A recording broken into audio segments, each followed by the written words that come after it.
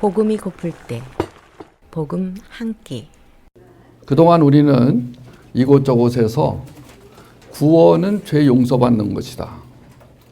죄 문제가 해결되어야 하나님과의 관계가 회복이 된다. 하나님은 우리의 죄를 용서하시기 원하신다. 죄 용서받자. 이런 저런 수많은 경우에 구원을 죄 용서 문제와 연관시켜서 계속하여 평생 동안 죄 용서에 매달리게 했어요. 오늘 우리가 이 구원의 문제를 죄 용서를 벗어나서 죄 용서를 넘어서서 이제 하나님이 우리와 함께 거하신다는 이 개념을 더 확실히 하고자 합니다. 하나님은 우리의 죄를 용서하시기 위해 이 땅에 오시지 않으셨어요. 만약에 그것이 목적이었다면 이 땅에 오시지 않고도 해결할 수 있었어요. 하나님이 인간의 몸을 입고 이 땅에 오신 이유는 우리의 죄를 용서하시기 위한 것이 아니라 우리 안에 들어와서 우리와 함께 사시기 위해서였어요. 주님과 함께 산다. 주님과 함께 동거한다. 주님과 동행한다. 나와 주님은 하나다. 이 개념이 없이는 구원의 문제를 설명할 수가 없습니다. 우리 이제 이 구원에 관해서 덮으심, 혼인, 연합, 한 몸됨 이 개념으로 설명을 지금까지 해왔어요. 덮으신다. 옷으로 덮으신다. 깃발로 덮으신다. 구름으로 덮으신다. 불로 덮으신다. 이 덮으심뿐 아니라 그 위에 채우심, 입힘, 교체, 교환, 날리심 이런 말들을 써놓으시기 바랍니다. 이 교재가 없으신 분은 나주늘타리 홈페이지에 들어오셔서 다운받으시면 됩니다. 자, 하나님께서 우리를 구원하셨다. 이 말은 우리를 덮으셨다. 채우셨다. 입히셨다. 교체하셨다. 우리를 뭘로 채우시느냐? 성령, 생명력으로 채우신다. 우리를 무엇으로 입히시냐? 의의 옷으로 입히신다. 우리를 어떻게 교체시키시느냐? 죽음에서 부활로. 나의 부정적 성격을 하나님의 거룩한 성품으로 교체하시고 교환하신다. 그리고 우리에게 날개를 달아 날리신다. 여러분 날개가 있으세요? 오늘 날개 좀 보여주세요. 오늘 주제는 당신의 날개는 어디에 있습니까? 주제.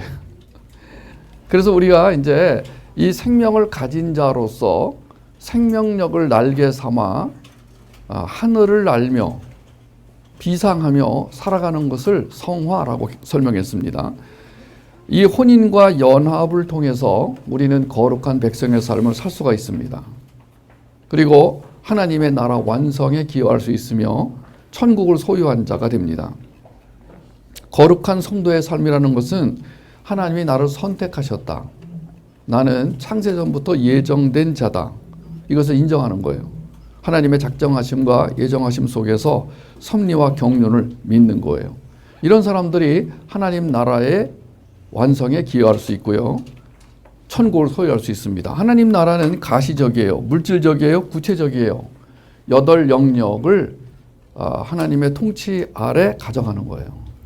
천직을 통하여. 우리 자녀가 이 나주늘타리 와서 여러분 부모를 통해 무엇을 확인해야 되냐면은 나의 천직은 무엇인가? 나의 천직을 통해서 하나님 나라를 어떻게 완성해 갈 것인가? 와 또 하나는 내면에서 천국을 소유하는 거예요. 천국은 비가시적이에요. 비물질적이에요. 이 천국은 묵시 속에 있는 은혜의 영역이에요. 그래서 우리가 묵시에 들어가지 않으면 천국을 볼 수가 없고 경험할 수가 없습니다. 그러니까 덮으시고 또 혼인하시고 나와. 이 혼인이라는 말 대신에 제가 더 좋아하는 말은 장가든다. 주님이 나에게 날마다 프로포즈 하시는데 나는 너와 장가들 거야. 나는 너에게 장가들 거야. 이 장가를 든다는 것은 장인의 집으로 간다 이런 뜻이잖아요. 그러니까 장가를 든다라는 개념하고 혼인이라는 개념하고 결혼이라는 개념이 다 비슷하지만 약간씩 달라요. 그러니까 나는 하나님과 혼인했어요. 근데 그 혼인은 1대1로 이렇게 성립되는 관계잖아요. 하나님이 나는 너에게 장가들 거야. 그러면은 하나님이 나에게 오시는 거예요. 그러니까 프로포즈, 하나님의 프로포즈. 여러분 하나님께 프로포즈를 받으신 바 있으세요? 그리고 하나님과 혼인하셨어요? 그러면 이제 그 구원이 이루어진 거예요. 근데 우리는 그 구원의 개념을 어디로 축소시키냐면 죄 용서의 개념으로 축소시키는 거예요. 그러니까 죄를 용서받기 위해서 끝없이 하나님에게 구걸하고 애걸하고 그리고 협박하기도 하고 공갈하기도 하고 애처롭게 보이기도 하고 그러면서 계속해서 그 죄의 무게에 눌려서 죄책감 갖고 살아가는 거예요. 그 죄책감을 해결하고자 거기서 이제 팍 튀어나오는 게 뭐냐면 헌신과 봉사가 튀어나오는 거예요. 그래서 열심히 헌신 봉사하는데 그래도 죄책감은 지워지지 않아요. 그러니까 이번에는 종교적 활동으로 이제 가버리는 거예요. 새벽 기도를 빠지지 않고 나간다든가 철야 기도까지 간다든가 금식을 한다든가 하면서 계속해서 종교적으로 어떻게 내가 믿는 그 신, 그 하나님을 감동시킬 수 있는가. 그래서 이런 사람에게 가장 먹혀 들어가는 표어가 하나님을 기쁘시게 이웃을 기쁘게, 이런 표어가 아주 먹혀 들어가는 거예요. 그래서 평생 동안 하나님 앞에서 하나님에게 인정받기 위해 살아가는 거예요. 애처롭게. 그러니까 구원이라고 하는 것이 이제 십자가를 넘어서서 십자가를 통과하여 그 이후로 가야 되는데 십자가에서 머무른 상태를 구원으로 착각하는 경우가 얼마나 많으냐. 우리가 이제 하나님과 하나가 되었어요. 그러면 신부가 되죠. 이제 신부가 되어야 비로소 이제 완성체가 됩니다. 신부는 역사 속 신부가 있고 묵식 속 신부가 있습니다. 하나님의 완성된 신부라는 이 개념은요, 사실은 완성되었으나 완성이 안 된, already but not yet. 그러니까 우리는 이미와 아직 사이에서 신부됨의 영성 또는 정체성을 가지고 기다리며 사는 자예요. 자, 여기에 이제 기다림이라는 게 있어요. 근데 이 기다림의 종류가 많아요. 애처롭게 기다리느냐, 우울증을 앓으면서 기다리느냐, 또는 의심하면서 기다리느냐, 이를 악물고 기다리느냐, 즐겁게 기다리느냐, 기쁘게 기다리느냐, 소망을 가지고 기다리느냐. 거기에 따라 이제 신부의 모습이 달라지는 거죠. 오늘날 수많은 사람들이 하나님을 믿어요. 예수님을 믿어요. 그리고 교회 생활을 해요. 선교도 갔다 와요. 물질 봉사도 해요. 그런데 기쁘지 않아요. 기다림의 종류가 천차만별이에요. 우리가 오늘 구원의 문제는 사실은 예수를 믿고 죄 문제가 해결되는 것뿐 아니라 그 이후에 어떻게 살아가느냐. 이것은 사실은 정체성의 문제예요. 이 정체성이 바로 잡혀야 여기서 역동성이 나오게 돼 있어요. 이 역동성이 나오지 않으면 이제 항상성이나 아니면은 뭐예요? 자충성. 예. 항상성 아니면 자충성이에요. 이것이 너무 비슷하기 때문에, 특히 자충성과 이 역동성이 너무 비슷하기 때문에 사람들이 종종 착각을 합니다. 오늘날 교회 안에서 성공했다는 사람들은 많은 경우 자충성의 사람들이에요. 신념과 의지가 강한 사람들이에요.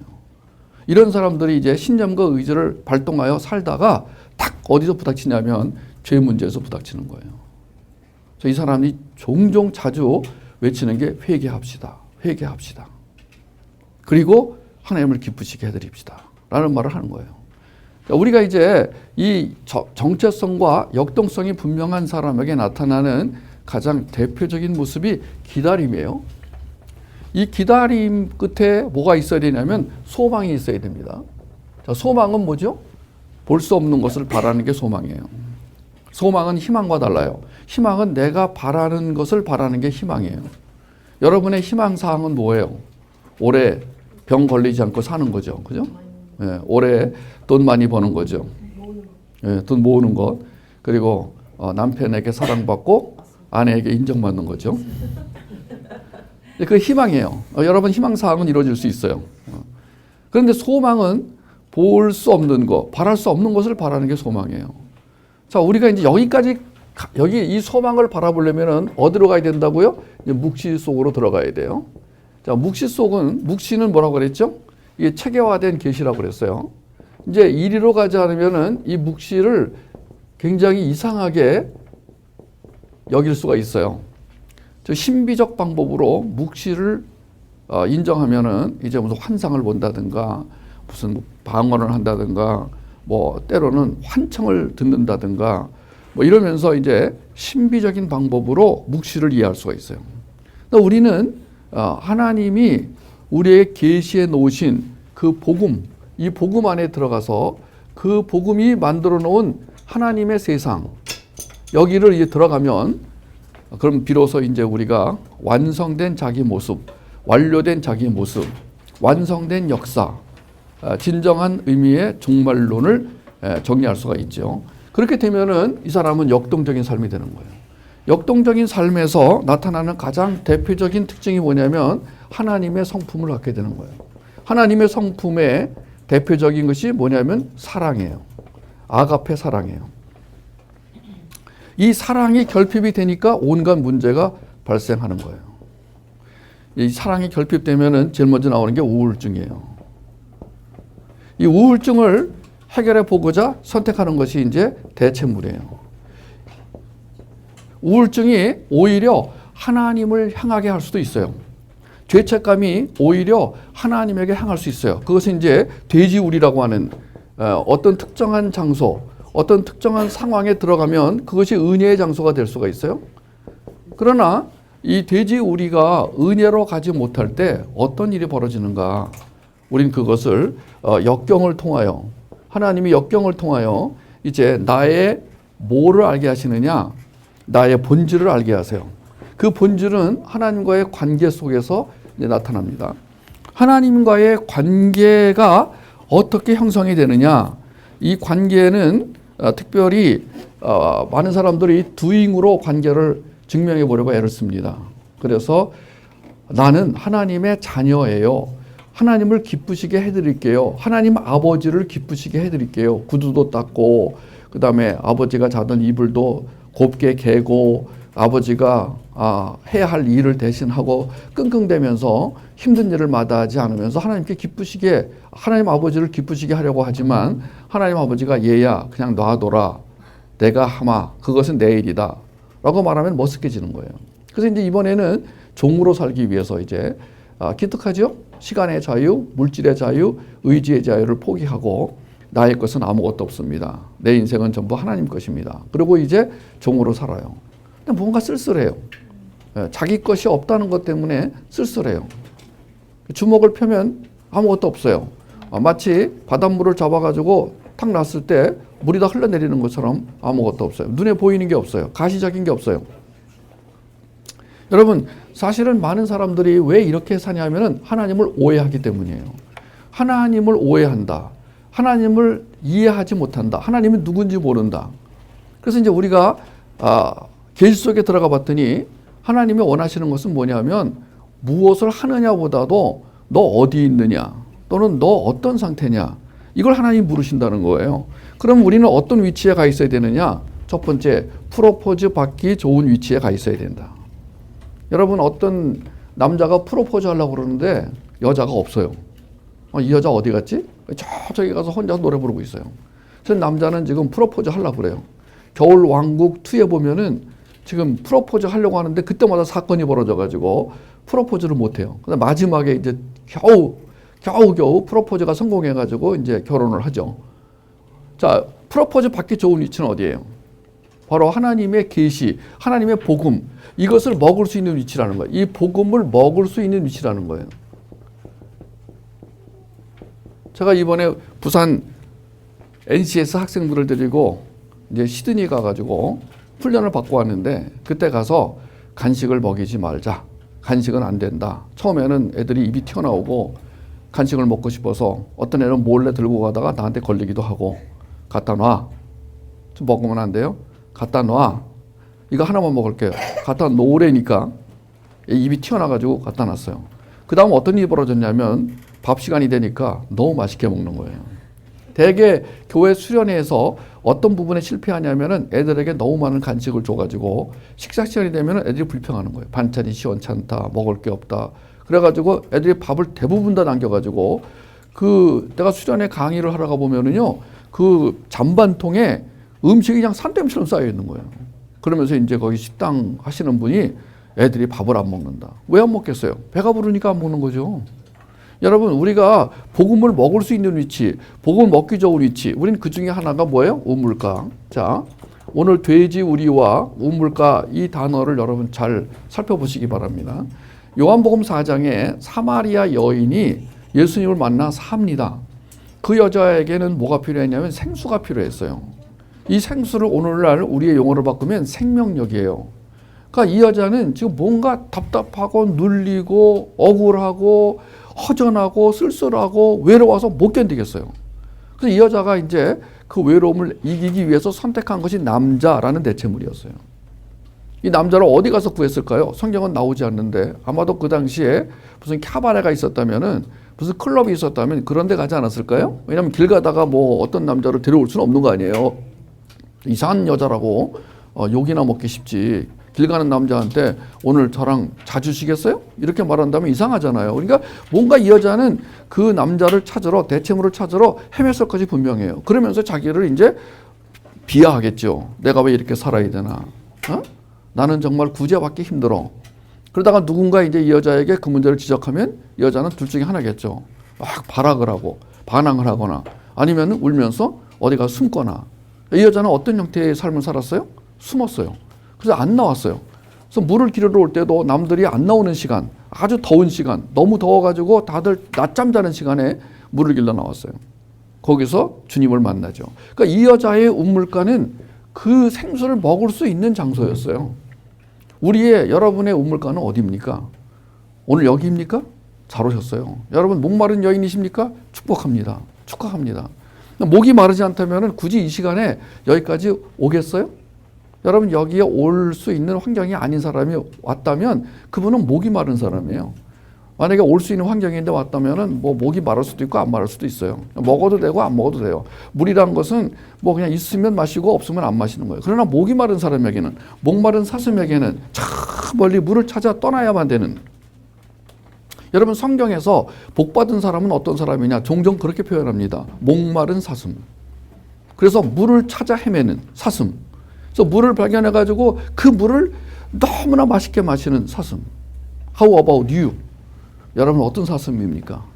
목이 마른 사슴입니까? 목이 안 마른 사슴입니까? 물이 맛있습니까? 물이 맛대가리가 없습니까? 여러분 구정물을 마십니까? 생수를 마십니까? 그러니까 오늘 우리는 어떤 위치에 있느냐? 여러분이 지금 목마른 자로서 우물가에 있다면 여러분은 분명히 생수의 주인이신 예수님을 만날 거예요. 네. 그럼 그 예수님을 만나서 무슨 관계가 만들어지느냐? 신랑과 신부 관계가 만들어지는 거예요. 뒤에 나오겠지만은 이 신부와 비슷한 사람들이 있어요. 누구냐면 들러리라고. 이 신부와 들러리는 달라요. 우리 한국 결혼식에는 들러리가 없어요. 근데 미국 결혼식에는 그게 이제 이스라엘 문화 속에서 나온 거로 보이는데 들러리가 있어요. 제가 지난번에도 LA에 사역을 하러 가서 이제 어느 교회를 방문했는데 그 미국 큰 교회 방문했는데 거기에 그 이제 결혼식 그 전에 사진을 찍으러 온 예비 신랑 신부가 있더라고요. 근데 이렇게 멀찌감히 이렇게 보는데 저 위에서 이제 아래층을 내려다보는데 거기에 신부와 들러리가 쭉 걸어가는데 똑같이 옷을 입었어요. 그리고 나이도 비슷해요. 왜냐면 친구들을 들러리로 세우기 때문에. 그리고 뭐 백인들은 우리가 볼 때 그 사람이 그 사람이에요. 좀 화장 좀 하고 좀 비슷한 사람 모이면 몰라요. 아마 백인들이 우리 볼 때도 마찬가지일 거예요. 눈이 찢어지고 코는 낮고 뭐 이마는 펑퍼짐하고 뭐 얼굴은 호떡 같고 막 비슷할 거예요. 그래서 제가 멀리서 보는데 누가 신부지? 누가 신랑이지? 근데 딱 하나 알겠더라고요. 신부는 부케를 들고 있어요. 꽃을 들고 있어요. 옷을 똑같이 입고 키도 비슷하고 외모도 비슷한데 신부는 꽃을 들고 있어요. 그게 신부의 그 표식이었어요. 그 신부가 들러리와 다른 점은 뭐냐? 신부는 꽃을 들고 있다. 이게 이제 상징이에요. 신분의 상징이죠. 그 다음에 이 신부는 신랑과 침실에 들어갈 자격을 얻었다. 이 자격이라고 하는 것이 중요하죠. 그러니까 오늘 우리는 어떤 상징을 가지고 어떤 자격을 가진 사람이냐, 어떤 자냐, 이게 뭘 결정한다? 정체성을 결정하고, 어디 갔어, 정체성? 결정하고, 그 다음에 관계를 결정한다. 자, 하나님과 어떤 관계냐? 우리가 하나님과 관계에서 저는 하나님 아버지의 아들입니다. 와우. 우리 준수가 너 누구니? 저는 하나님 아버지의 아들입니다. 와우. 야, 너 훌륭하다. You're wonderful boy. Amazing. Awesome. Nice. 이렇게 말할 수 있는 거란 말이에요. 근데 너 누구니? 전 하나님의 종이에요. 아유, 너 정말, 이야, 너 어린 나이에 어떻게 그 하나님의 종으로 사니? 그럼 종이라는 것은 하나님이 오라면 오고 가라면 가고 먹으라면 먹고 굶으라면 굶고 게임하라면 하고 게임하지 말라면 안 하는 것인데 그렇게 사니? Yes. 아우, awesome, amazing, nice. 조금 있다가 근데요 저는요 하나님과의 관계가요 또 있어요. 뭐야? 하나님의 청직이에요. 제가요 공부하는 것은 하나님이 맡겨주신 어떤 영역을 잘 관리하고 통치하기 위해서 공부를 하는 거예요. 와우! 미라클이에요, 이거는.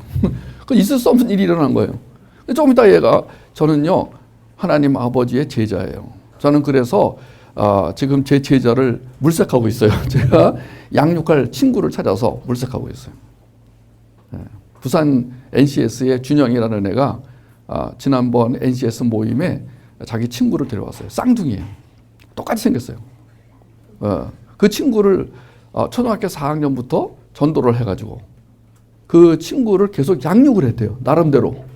뭐 우리처럼 양육하는 건 아니에요. 친구를 이렇게 전화를 하고 안부를 묻고 교회 같이 갈래 이렇게 제안을 하고 그리고 NCS까지 데려왔어요. 원래 NCS는 아무나 오는 것이 아니에요. 거기는 면접을 통과해서 시험을 봐가지고 합격한 아이들만 오는 곳이에요. 그래서 거기 자세가 달라요. NCS는 조끼를 입어요. 여기다 마크를 달았어요. NCS 마크를 달았어요. 그러니까 시드니 갈 때도 그 조끼 입고 갔어요. 그 오페라 하우스에서 그 뮤직비디오 찍었는데 그때 조끼 입고 찍었어요. 왜냐하면 얘네들은 특별한 아이들이다. 얘네들은 시험을 통과한 아이들이고 특별한 훈련을 받고 있는 아이들이다. 그게 아이덴티티, 그 정체성이에요.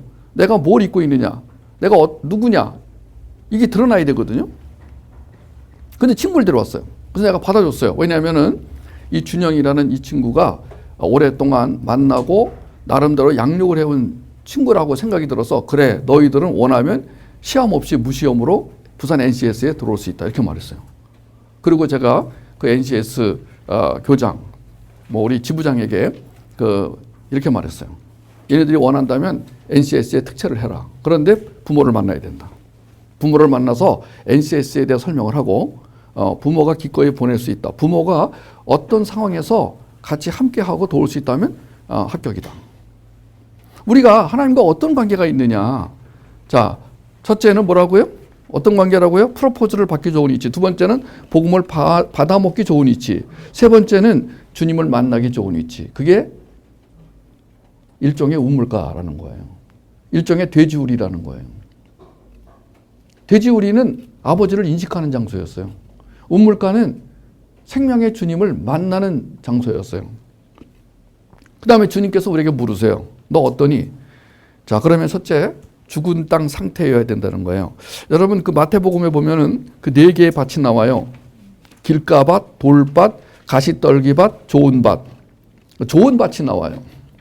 거기에 길가밭의 특징이 설명되어지고 돌밭의 특징이 설명되어지고 가시떨기밭의 특징이 설명되어지고 마지막에 좋은 땅에 떨어짐에라고 했는데 사실은 거기 좋은 땅이라고 한 이 좋은 땅은 좋은 땅이 아니에요. 왜냐하면 이 좋은 땅에는 뭐가 들어있냐면 가라지가 들어있어요.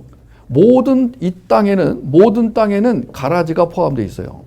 가라지가 있는 땅은 좋은 땅이 아니에요. 농사를 지어본 사람은 알겠지만 그 논에 피가 많은 논은 좋은 논이 아니에요. 그러니까 우리가 지금 그런 상태인 거예요. 좋은 땅인데 죽은 땅인 거예요. 그러니까 우리가 인식이 이제 바뀌어야 돼요. 좋은 땅이라는 것은 뭐 배경이나 뭐 학력이나 뭐 봉사정신이나 뭐 이런 것이 아니에요. 신념과 의지가 간 그런 게 아닌 거예요. 나는 죽었습니다. 나는 주님을 필요로 하는 사람입니다. 나는 당신이 절대적으로 필요합니다. 이게 죽은 땅인 거예요. 그래서 이 죽은 땅 안에서 이제 하나님이 여기 이제 씨를 뿌리세요. 이 씨가 예수 그리스도를 상징하는 거예요. 하늘의 씨가 죽지 아니하면 이것을 가지고 많은 설교자들이 우리가 이 씨처럼 죽어야 된다라고 말하지만 사실은 그것은 예수를 말하는 거예요. 예수가 이 땅에 오셔서 죽었기 때문에 열매가 맺힌 거예요. 그 열매가 우리란 말이에요. 나란 말이에요. 주님이 오셔서 죽어서 오늘 나라는 열매를 맺으신 거예요. 그러면 내가 죽기 위해서는 어떻게 하냐면 주님과 연합되는 수밖에 없어요. 내가 주님과 연합되면 내가 그분과 함께 죽고 그분과 함께 살아나는 거란 말이에요. 갈라디아 2장 20절. 그러니까 이 죽은 땅 상태에 씨가 떨어진다는 것은 그 씨를 갈망하는 밭이라는 거예요. 우리가 갈망의 반대말이 집착입니다. 그러니까 갈망과 집착을 한번 비교해 봅시다. 오늘 병든 사람들은 뭔가에 집착을 합니다. 애착을 가지고 있습니다. 이건 병든 상태예요. 그러니까 내가 지금 집착하는 것들은 대개 나의 욕망과 관계가 있어요. 그런데 이 갈망과 관계가 있는 것이 생명이란 말이에요. 생명을 가진 자는 갈망하게 되어 있어요. 목마른 사슴처럼. 그래서 어디로 가냐면은 우물가로 가는 거예요. 돼지 우리로 가면 안 돼요. 돼지 우리도 은혜의 장소지만 그리로 가면 안 됩니다. 그러니까 결국은 오늘 우리의 자녀를 돼지 우리로 보낼 거냐, 우물가로 가게 할 거냐. 사실은 이 문제예요. 구원은 받았는데 부모가 구원을 받고 이제 자녀 또한 구원받은 자의 자녀로 하나님의 사람으로 양육을 하려고 하는데 이 아이가 자꾸만 어디로 가려고 그러면 돼지우리로 가려고 그러는 거예요. 괜찮아요. 내버려 두세요. 본인이 가겠다는데 뭐 이렇게 말리고 그러세요. 예, 왜냐하면 거기 가서 아버지를 인식하면 된단 말이에요. 근데 우리가 이제 부모의 심정으로서 얘가 돼지우리로 가서 겪어야 할 고통을 생각하니까 내가 아픈 거예요. 예? 사실은 이기적인 마음 때문에 양육을 하는 거예요. 내가 안 아프려고. 그렇지 않습니까? 우리의 사랑이라는 건 사실은 그 정도밖에 안 되는 거예요. 자녀가 잘 되기를 바라는 건 사실은 내가 아프지 않기를 바라는 거예요. 예, 왜냐하면 남의 아이는 잘 안 돼도 그렇게 아프지 않거든요. 예? 예, 여러분 옆에 앉아있는 그 사랑하는 자매님의 아들이 문제가 생겼으면 안 됐네 정도지 그렇게 밥을 못 먹고 잠을 못 잘 정도가 아니잖아요. 그죠? 예, 그런데 내 아이가 만약에 문제가 있다 그러면 잠이 안 오고 밥도 안 먹히고. 그러니까 솔직히 말하면 우리가 자녀를 잘 키워야 되겠다는 것은 뭐냐? 내가 좀 편하게 살아보겠다. 근데 하나님은 그 마음을 이용하셔서 그 동물적 본능을 이용하셔서 그래 내가 너희 자녀를 잘 양육해 주마. 그래서 우리가 오늘 우리 자식을 돼지 우리로 가게 할 것이냐 아니면은 우물가로 가게 할 것이냐 이 싸움이란 말이에요 사실은요. 네, 이 싸움이에요. 왜냐하면 하나님은 자기 백성을 버리시는 법이 없어요. 하나님은 자기가 선택한 백성 예정을 통해서 구별된 그 재물을 안 받으실 리가 없어요. 재물을 반드시 바꿔야 마세요. 재물이 아무리 안 죽으려고 바보등 쳐도 마침내는 목숨이 끊어지고 각이 떼어져서 제단 위에 올라갈 수밖에 없어요. 그게 거룩한 산 제사란 말이에요. 우리는 거룩한 산 제사를 드릴 수밖에 없고 거룩한 제사에 쓰이는 제물로 살 수밖에 없는 거예요. 역동성이라는 것은 반드시 열매로 나타나게 돼 있어요. 그 열매가 뭐냐? 그 열매를 제가 지금 말하려고 하는데 그게 뭐냐면 관계란 말이에요. 이 관계가 이제 회복을 통하여 일어나야 되는데, 그러니까 종건이 같은 경우는 회복이 일어나지 않았던 거죠. 도대체 무슨 일이 있었던 것인가? 여러분, 많은 크리스찬들이 한때 은혜를 맛봅니다. 한때 그 복음을 듣고 예수를 구주로 영접합니다. 한때 세상을 옮길 만한 믿음을 가집니다. 한때 뭔가 안에서 뜨거운 그런 열기 같은 것을 경험하기도 합니다. 한때. 근데 이게 이제 지속되지 않는 이유는 무엇인가? 자, 지속이 되려면은 이제 이것이 성품이 뒷받침이 돼야 돼요. 자, 하나님의 성품은 정적이 아닙니다. 동적이에요. 우리가 종종 오해하는 것은 이 성품을 정적으로 이해한다는 거예요. 마치 꽃병처럼 정무라, 그림으로 치면 정무라 같이. 그렇지 않다는 거예요. 하나님의 성품이 들어오면 역동성이 넘쳐서 가만히 있지 못하는 거예요. 여러분, 제가 가만히 있지 못한다니까. 네. 제가 이 나이에 가만히 있을 수가 없다니까요. 제가 만약에 여러분에게 지금 이런 사역을 해드리는 것이 자충성에서 비롯된 것이라면요, 이 쇼는 얼마 안 가서 끝이 나요. 이 세상의 모든 쇼는 정해진 시간이 있어요. 그 쇼가 끝나고 나면 따라오는 것은 허탈감이에요. 모든 쇼맨들은 무대 뒤에서 허탈감을 경험합니다.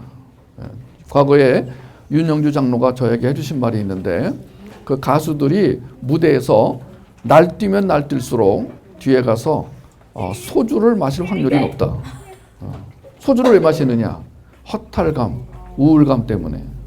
뭔가 열심히 땀 흘리고 나면 바로 찾아오는 게 허탈감이라는 거예요. 그것은 자충성의 끝이에요. 그러나 역동성의 끝은 허탈감이 아니에요. 잠시 그게 올 수 있어요. 왜냐하면 우리가 역동성을 100% 발휘하면 그런 일이 없는데 자칫 말하자면 하나님이 하신다고 해놓고 나의 신념과 의지가 발동된 거라면 거기에 허탈감이 찾아올 수 있다니까요. 이상한 거 아니에요. 근데 그것이 인식이 되느냐, 그게 자각이 되느냐, 그리고 그걸 처리할 수 있는 힘이 있느냐라는 거예요. 우리가 어떤 문제가 발생했을 때 그 문제를 해결할 수 있는 능력이 있느냐, 이게 더 중요한 거라니까요.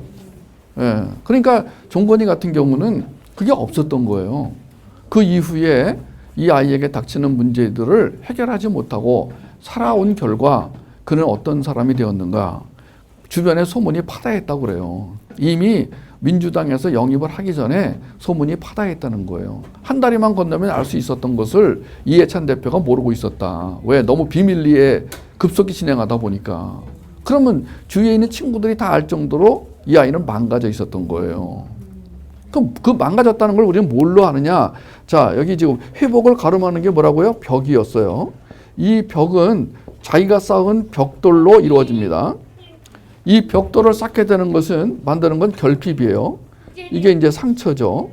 그럼 뭐가 결핍이 되느냐? 하나님의 사랑이 결핍이 됐어요. 그러면은 중학교 2학년 때까지만 해도 하나님의 사랑으로 충분히 살았던 아이가 그 이후에는 왜 못했을까? 그것은 부모가 주는 사랑은 한계가 있다는 걸 증명하는 거예요. 여러분, 종종 우리가 오해하는 것이 뭐냐면 나는 자녀를 사랑해. 그래서 문제가 없을 거야. 라고 생각을 하는 부모가 얼마나 많은지 모르겠어요. not enough. 충분하지 않아요. 여러분, 고슴도치도 자식을 사랑하고 여우새끼도 자식을 사랑하고 개는 더 사랑합니다. 여러분, 개 풀어보세요. 개들이 얼마나 강아지를 사랑하는지. 닭들은요, 자기 병아리 지키려고요, 목숨 걸고 싸웁니다. 여러분, 사람이 자식을 사랑하는 건 본능이에요. 근데 우리에게 뭐가 필요하냐? 하나님의 사랑, 아가페 사랑이 필요한데 그것은 돼지 우리 아니면 우물가에 가야 먹을 수 있다는 거예요. 근데 돼지 우리도 안 가고 우물가도 안 가고 어정쩡한 자세에 있는 거예요, 지금. 수많은 기독교인들이 어정쩡하게 살아가는 거예요. 어정쩡한 위로를 받고 어정쩡한 은혜를 받고 어정쩡한 관계 속에서 어정쩡하게 살아가. 이것도 아니고 저것도 아니야. 아니, 뜨겁지가 않아. 어떻게 된 게. 역동성이 인간의 언어로 표시해야 된다면 저는 뜨거움이라고 말하겠어요. 차지도 않아. 그렇다고. 잊을만 하면 나와. 여러분, 종종 제가 나온다는 얘기는 뭐냐면 눈에 띈다는 거예요. 늘 와 있는데 저 사람이 언제 와 있지? 눈에 띄는 정도가 잊을만 하면이야. 여러분, 이것은 문제가 좀 있지 않나요? 그러면 반드시 나는 그 사람 안에 뭐가 있다? 우울증이 있을 것이다. 우울증이란 뭐냐? 슬픔이라는 감정이 떠나지 않는 상태다. 슬픔은 뭐냐? 뭔가를 상실 개념이다. 여러분, 뭔가가 자꾸 내 안에서 빠져가고 있어요, 지금요. 영적인 사람은요, 그걸 지각할 수 있어요. 지금 뭔가 나한테서 빠져가고 있다. 그런데 충전을 겨우 조금만 하는 거야, 지금. 우리가 이제 충전을 해보면 알잖아요. 100% 충전인지 90% 충전인지 어떻게 알아요? 숫자가 나오잖아, 거기에. 여러분, 그렇게 우리가 알 수 있다니까요. 어느 정도는 지금 나의 배터리, 사랑의 배터리. 홍진영이 부른 사랑의 배터리. 그러니까 지금 100% 충전이 안 돼 있어. 그럼 기독교는 100% 아니면 0이에요. 그걸 여러분 분명히 아셔야 된다니까. 여러분, 불교는요, 한 95% 충전했다. 고승이야, 이거는. 이 사람은 정말 어떻게 만날 수도 없는 고승이 돼요. 근데 기독교는 95%나 99%나 60%나 50%나 10%나 똑같아요. 완전 충전, 절대 의존, absolutely depend on. 여러분, 이 개념을 여러분 가지고 사셔야 된다니까요. 그러니까 오늘 우리가 이 관계가 뭐냐가 정체성을 결정하는 것이고, 그 정체성에서 역동성이 나오는 것이고, 역동성이 있어야 소망으로 가는 거예요. 그 소망을 가지고 기다리는 자가 신부가 되는 거예요. 그럼 이 소망을 가진 자의 삶은 무엇이냐? 고린도후서 4장 7절부터 한번 볼게요.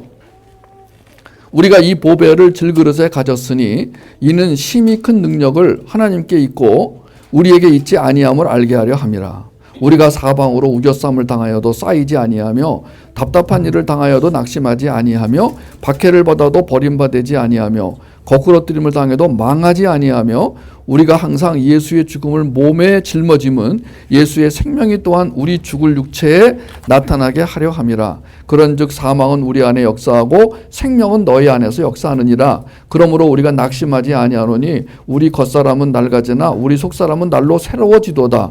우리가 주목하는 것은 보이는 것이 아니요 보이지 않는 것이니 보이는 것은 잠깐이요 보이지 않는 것은 영원함이라. 고린도후서 그 4장 7절부터 18절까지 보면은요.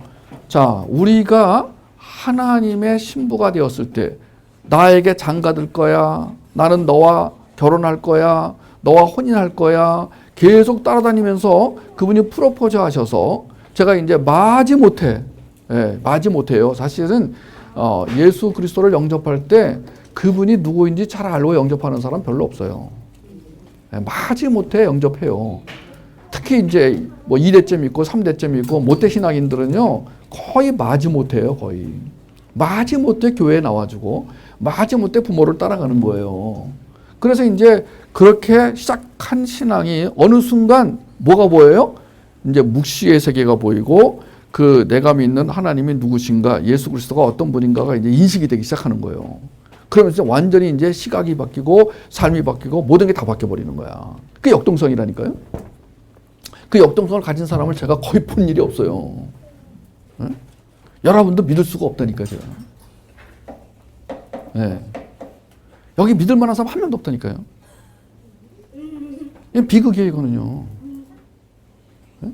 제가 이 모임에서 늘 그 안타까운 것은 뭐냐면은 왜 믿을 만한 사람이 한 명도 없을까? 그럼 그 믿음이라는 것은 어디서 나오냐면은 그 사람에게서 뿜어져 나오는 역동성이라니까요. 그 역동성이 얼마나 유지되느냐가 성화라니까요. 근데 역동성이 유지되다가 뚝 떨어져. 그러니까 조금 올라가고 막 기어 올라가다 뚝 떨어져. 그래도 나는 여기 나와야 산다는 것은 뭐냐면 위치가 어디냐라는 거예요. 여러분이 만약에 여기 안 나오고도 복음을 먹을 수 있는 위치에 있다면 안 나오셔도 돼요. 여러분 아까 제일 좋은 위치가 뭐라 그랬어요? 복음을 먹을 수 있는 위치라니까요. 프로포즈를 받을 수 있는 위치라니까요. 그럼 프로포즈를 한다는 걸 인식을 해야 될 거 아니에요. 개떡이나 무슨 인식을 하고 살아요, 여러분들이. 여러분 여기만 딱 나가면 머릿속에서 5만 가지 잡다한 생각이 막 파리떼같이 들끓고 어떤 문제가 발생하면 그 문제 속에 휘발려 들어가가지고 거기서 헤어나오지 못하고 있는데 어떻게 여러분이 인식을 제대로 한다는 거예요. 누군가가 인식을 하도록 도와주지 않으면 안 되는데 그 누군가가 바로 양육자라는 거예요. 올바른 양육자는 인식을 돕는 거예요. 그러니까 어떤 인식을 돕는 거냐? 너 누구냐 이거예요. 너 어디 있느냐 이거예요. 너 지금 어떠냐 이거예요. 이걸 자꾸 말해줘야 되는 거예요. 그런데 뭐 우리 새해를 맞이하여 새벽 기도를 통하여 복을 받읍시다. 이제 자녀가 좋은 학교에 들어가고 이제 새해에는 우리 교인 중에 병을 앓는 사람이 없어야 되고 병을 앓아도 손만 대면 낫고 여러분 이런 식으로 자꾸 이렇게 끌고 가잖아요. 그럼 그게 뭐가 되는 거예요? 그게 기복주의, 인본주의, 혼합주의가 돼버리는 거예요. 거기다 그쪽은 또 그쪽으로 안 간다고 하면 그 다음에 뭐냐? 자, 우리 새해에는 하나님의 말씀을 잘 지켜 말씀에 복종하고 우리 계명을 지켜 십계명을 외우면서 살아갑시다. 율법주의로 가는 거예요, 그게요. 우리가 잘못하면 하나님이 슬퍼하십니다. 자, 우리의 행동이 하나님과의 관계에 영향을 준다고 자꾸 암시를 줌으로 말미암아 하나님을 율법주의 하나님으로 이렇게 인식하게 만드는 거. 사랑의 하나님이 아니신 거예요. 우리에게서 나올 수 없는 사랑. 우리 다음 과의 이제 주제가 그거예요. 이 사랑은 우리에게서 나올 수가 없어요. 그러니까 하나님을 사랑하고 이웃을 사랑해라 그러면 못합니다 그래야 돼요. 왜냐하면 이것은 우리에게서 나오는 사랑이 아니기 때문에 그런 거예요. 내가 하나님을 사랑하는 게 초점이 아니에요. 하나님이 나를 사랑하는 것을 아는 게 초점이라니까요. 그 하나님이 나를 사랑하는데 그 사랑이 어떤 사랑이냐 그것을 인식해 주는 게 복음이라니까 그게요. 그걸 깨달아 알고 그 사랑을 통하여 올바른 관계를 맺고 있는 그 신부의 영성. 이것이 오늘 우리가 말하고자 하는 구원의 핵심이라니까요. 여러분 이 고린도서 4장 7절에서 18절까지가 너무 좋아가지고 제가 이 말씀을 가지고 다 일일이 정말 설명을 해드리고 싶은데, 왜냐하면 아는 용어지만 그 용어, 그 단어 속에 감추어진 하나님의 사랑과 은혜. 자, 4장 7절에 이 보배라는 단어부터, 보배. 자, 이 신부는 그 신랑을 보배로 알고 있는가? 아니면 그렇고 그런 신으로 알고 있는가? 우리 어머니가 믿던 그 신, 그것을 물려받아 나도 믿고 있는 신, 여러 신 중에 하나인 신. 이 정도라면은 이 보배가 될 수가 없어요. 그 보배의 이제 반대 개념이 질그릇이죠. 질그릇 안에 보배가 들어왔어요. 이게 뭐예요? 연합이에요. 이게 혼인이에요. 이게 장가드는 거예요. 그래서 능력을 얻게 되었어요. 능력이 뭐예요? 5 Jesus 파워예요. 우리 아이들에게는 이 능력을 5 Jesus 파워로 설명하고 있습니다. 생명력, 통찰력, 분별력, 창의력, 변증력. 이것을 이제 길러주기 위해서 지금 열고 있는 게 JPA와 NCS예요. JPA와 NCS라는 학교를 통하여서 아이들에게 계속하여 이거를 길러주는 거예요.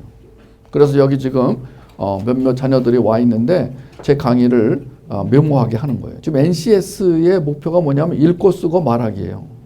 그러니까 저한테 훈련받는 아이들은 계속하여 받아쓰기를 참 잘해요. 이 학교에 안 온 애들은요, 받아쓰려면요, 뭐 조금 쓰다가 엄마 손가락 아파, 엄마 힘들어, 엄마 안 쓰면 안 돼. 그리고 스마트폰을 꺼내요. 그러나 훈련이 된 아이들은요, 1시간 내내 받아쓰는 거예요. 얼마나 잘 쓰는지.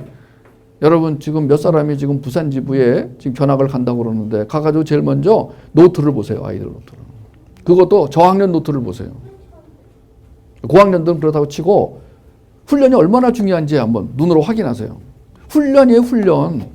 오늘도 우리는 이 땅에 와서 훈련받고 훈련을 통하여 하나님의 신부가 되어 살다가 신부로 들어가는 거예요. 여러분 근데 그 훈련이 지금 뭔가 지금 초점이 안 맞고 관점이 틀리고 지향점이 잘못되어 있어요. 그래서 오늘 우리는 이 관계에서 위치와 상태를 확인하는데 상태의 첫 번째가 죽은 땅 상태를 확인하는 것이었고 두 번째가 하나님 인식, 자기 인식, 세상 인식, 가라지를 인식하는 상태. 하나님의 인식이 됩니까? 굿. 자기가 인식이 되나요? Very good. 세상의 인식이 됩니까? Excellent. 그러니까 우리가 지금 하나님 인식, 자기 인식, 세상 인식 이것은 우리 안에 있는 복음사역, 회복사역, 문화사역을 통하여 점점 더 인식의 수준을 높여가는 것입니다. 이게 이제 생명력, 통찰력, 분별력이죠. 그리고 우리는 직면하기 좋은 상태로 갑니다. 직면하기 좋은 상태가 뭐예요? 직면하도록 도와주는 지체들이 있는 곳이잖아요. 우리가 흠수나 틴스 흠수나 키즈 흠수를 열심히 하는 이유는 뭐냐면 직면하기 좋은 상태로 가기 위해서인 거예요. 우리가 늘 직면을 해야 돼요.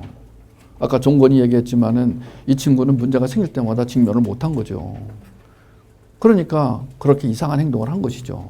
그게 좀 폭로가 돼가지고 얘는 지금 꿈을 꿨을 거예요. 내가 만약에 국회의원이 된다면 얼마나 내 인생은 화려한 인생이 될 것인가. 나의 가난한 어린 시절은 보상을 받을 것이고 나는 이제 화려한 국회의원이 되어서 내 꿈을 펼쳐나가리라 그랬는데 하루아침에 나가리가 났어요. 왜 그런 거죠? 하나님이 이 아이를 사랑하는 거죠. 네. 하나님 사랑하지 않았다면 내버려 두셨겠죠.